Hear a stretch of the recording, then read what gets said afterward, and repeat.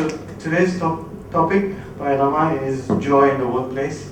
I met Lama about 10 years ago when I was working for a pharmaceutical company. I was much more arrogant, much more self-centered about my job. And over the years, I've learned quite a lot from Lama. Philosophical and practical tips. Most of us spend a lot of time looking for the perfect job, perfect role, promotion, lots of money, and so on. I was very much the same, still working at it, but much happier right now. Things happen with your work, up and down, but with the advice Lama has given, it has changed my life dramatically. My colleagues tell me that I'm much better to deal with than in the past. so I believe them, which is nice. So without saying too much more, I think Lama will have quite a lot of good advice. It's benefited me. I'm a very poor student. It's taken 10 years for some effect. I think for all of you, I hope that by the end of today's discussion and talk by Lama, you will have some benefit, things that you will take away from your work, and you'll come back for the next series of talks on different aspects of life that he'll cover. So without further time, I'd like to introduce Lama Thekchen. Hello everybody. Hello. So we'll talk about this job thing. So it's like I'm doing my job for you now, isn't it? Just relax, okay? Everybody's like, Lama wearing like that, talking like that. What am I supposed to do? How am I supposed to react? There's no supposed to. There's no such thing as a supposed way to react and live your life. Number one, the first thing about having to have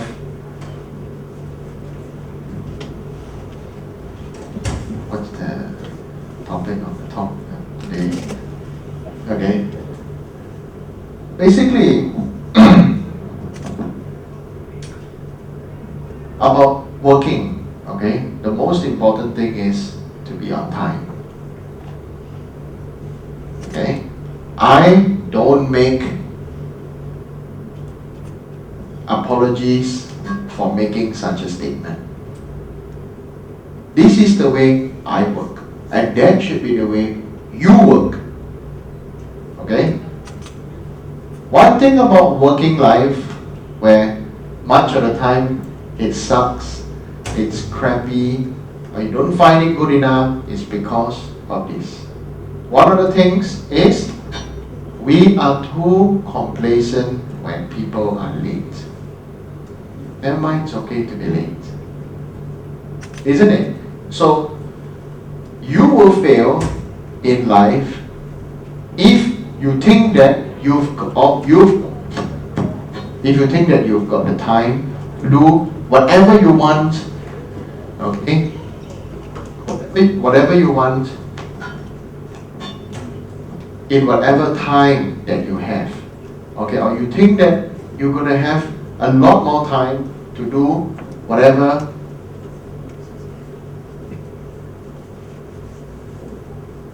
Okay, everybody ready? Steady? Can continue? Okay. If you abuse your time, okay, you are the one that is ultimately going to suffer, not me, not your friends, you yourself, because you are not understanding what is fundamentally important to you, that your life is not fixed. You do not have a fixated amount of time to be alive. Okay? So, you have to treasure the fact that you are alive, you are healthy, you are well now, and achieve whatever you can achieve now. Okay? First of all, to do that well, you have to be on time. Don't be late. At 2 o'clock, I called, only 12 people were here. Right? For the 12 of you, I don't know who you are, that you are here, thank you very much. For the rest of you who were late, I make no apologies to tell you, be on time. Okay? I make no apologies for saying this. Because I feel this is the way that if you want to work well, live well, okay, you have to know what you want. Okay? Similarly, knowing what you want is the fundamental issue of how you are going to have a happy working life. We spend so much of our time in office, working, in the end getting frustrated, irritated, okay? And then what's the point of working? But if you don't work, you won't get the money. So we all hallucinate because of dreams, because of television, okay? I tell you what, this actual real Indian syndrome. When I was in India, I noticed this. People's lives were terrible. And they loved. They can spend 60% of their salaries watching movies. Why? That's just the average. In many cases, sometimes more. I would just put it as a safe figure at 60%. Why? Because of heroism. Okay? Because of heroism, because of the hallucination of wanting to know that there is still goodness in this world. There is a perfect life. There is such a thing that you can transform their lives, that they can transform their lives from rags to riches. Okay? By watching movies. How things are done in the movies. They believe it so much. Maybe they are deluded. They are deluded that they have such a difficult life. The untouchables, the lower caste people working in the staying in the slums. But watching the movie gives them hope, gives them happiness, gives them a belief that they too can have such a life. So they really love watching movies. That is like their life, watching movies. It gives them the fire, gives them the passion. Okay? So similarly, when you work, you need to have some fire and some passion. It doesn't mean that Buddhists or religious people or anybody who practices religion is supposed to be soft like a Nyonya Kueh. Okay? You can know what you want, you have a particular goal, and you aim for the goal. That is very important, rather than just let life go by. You know? Tidak apa, slowly, doesn't matter. People like to say what? They use the Chinese term, 随缘.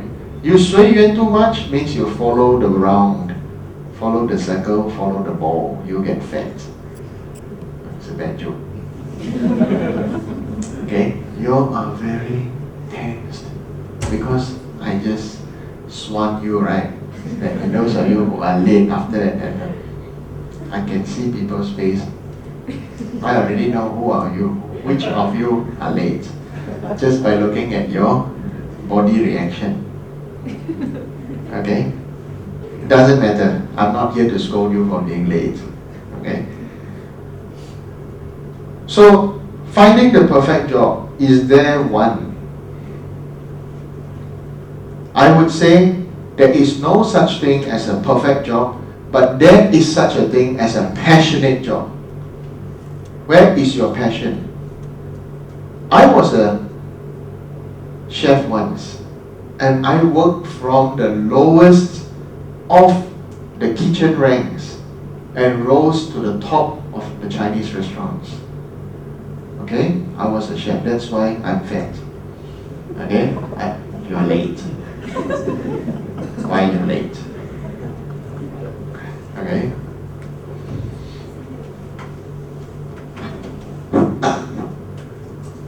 I did it. I did something that many people would take 20 years to do. In 6 years, I became a chef. Okay, some people will call it executive sous chef or whatever the name. It is not important. I became the top of the kitchen. Right? This would normally take for other people to attain. For other people to attain it, it would normally take 20 years.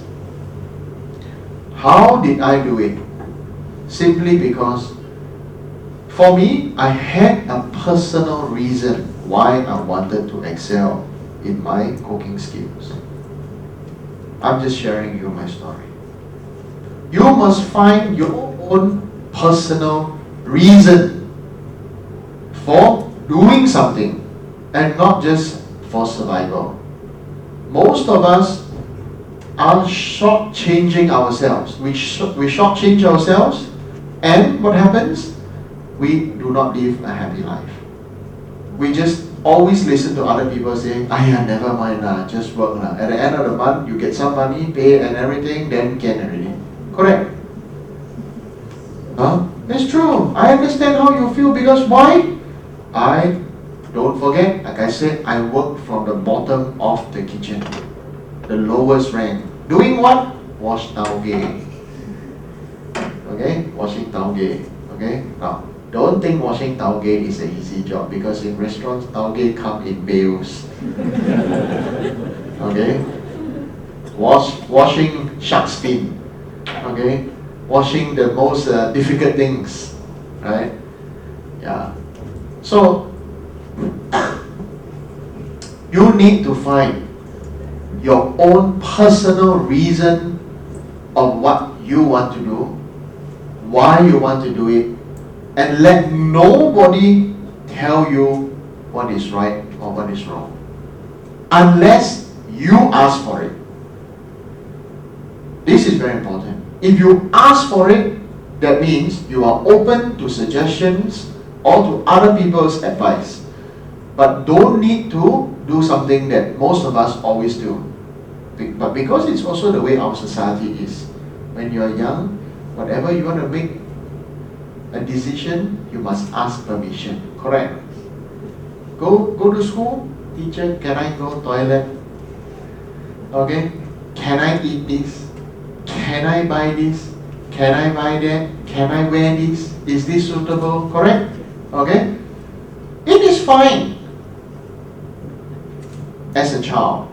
As a teenager, you should have learned to make your own decisions. Okay? I only learned to make my own decisions recently. Okay? I only learned to make my own decisions recently. Right? You need to do the same. Start making your own decisions. Don't ask, I do like that. What do you think? Good or not? I want to do this. What do you think? Good or not? You think it will work out?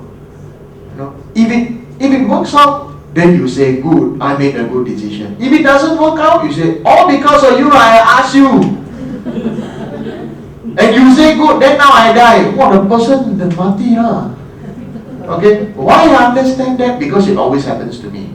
Lama, this one what do you think not like that I like I got passion I feel good about it, this and that. So I say, okay, you feel so good about it, go ahead and do it, isn't it? Since you are only looking for somebody to talk to, most of the time it's like that. When you come and talk to me, okay, people start telling me what they already believe. Then what's the point of talking to me? So I said, in the end, I'm just a listener.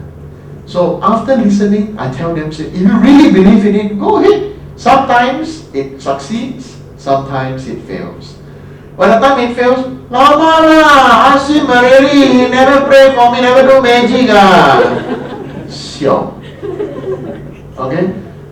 So powerful magic. Now must selamat God lah, ask them magic, catch him Okay? Sorry Mama. I'm just being direct. Okay, correct or not? All the donkey medium also good. They all the magic, the god, go in the body, everything can talk. Why don't go ask them where? Eh, mas alamat di mana? Correct or not? Right? So this is the kind of attitude that you should have. Do not take things so seriously. Okay? Most of the time when you go to work, you do this. Sit down.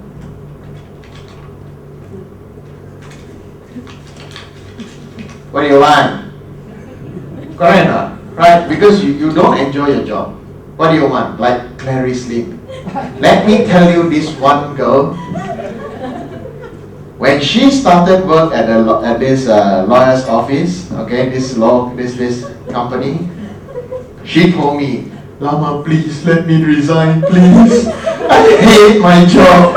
They bully me, they scold me, they ask me to make kopi. Right? I'm supposed to be doing something else. They ask me to make kopi. I really hate my job. I'm not happy. You know what I told her? I said, well, you want to train? Stay on. I didn't give you permission to resign. No choice.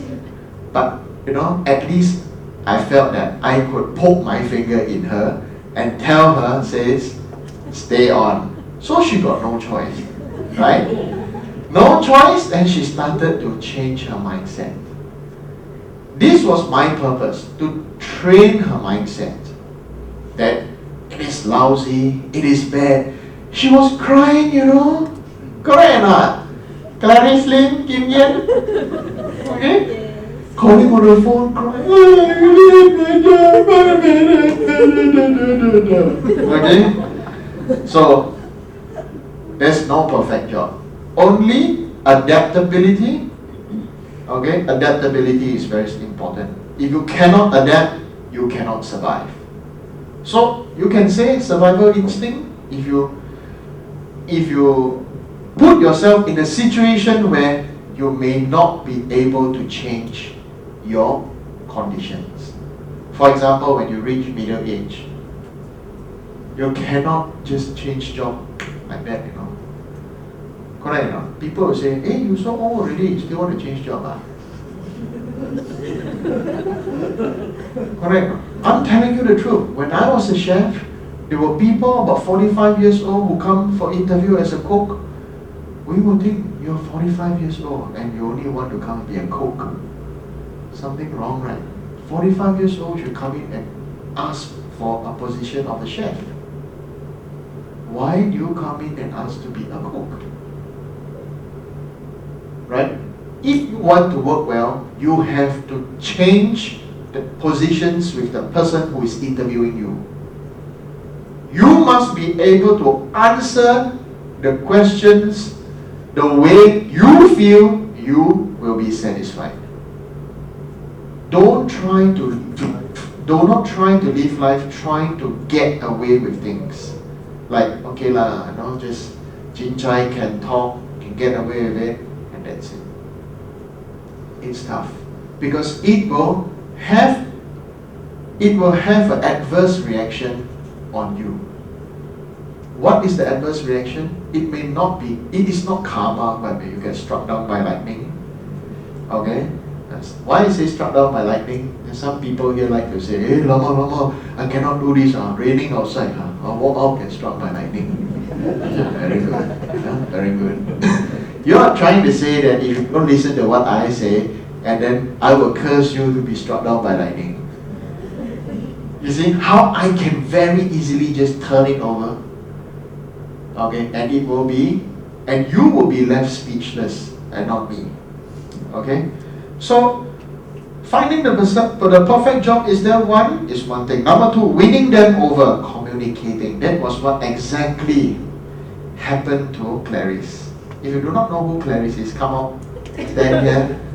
I must do this to her, no? Come on. Okay? This was very naughty girl that was like begging, please, Lama, please. Okay? I want to resign. Now, how many years have you been working there already? 2.5. Okay, good. Okay? So you stay there and don't move. Okay? So, okay, you can sit down already.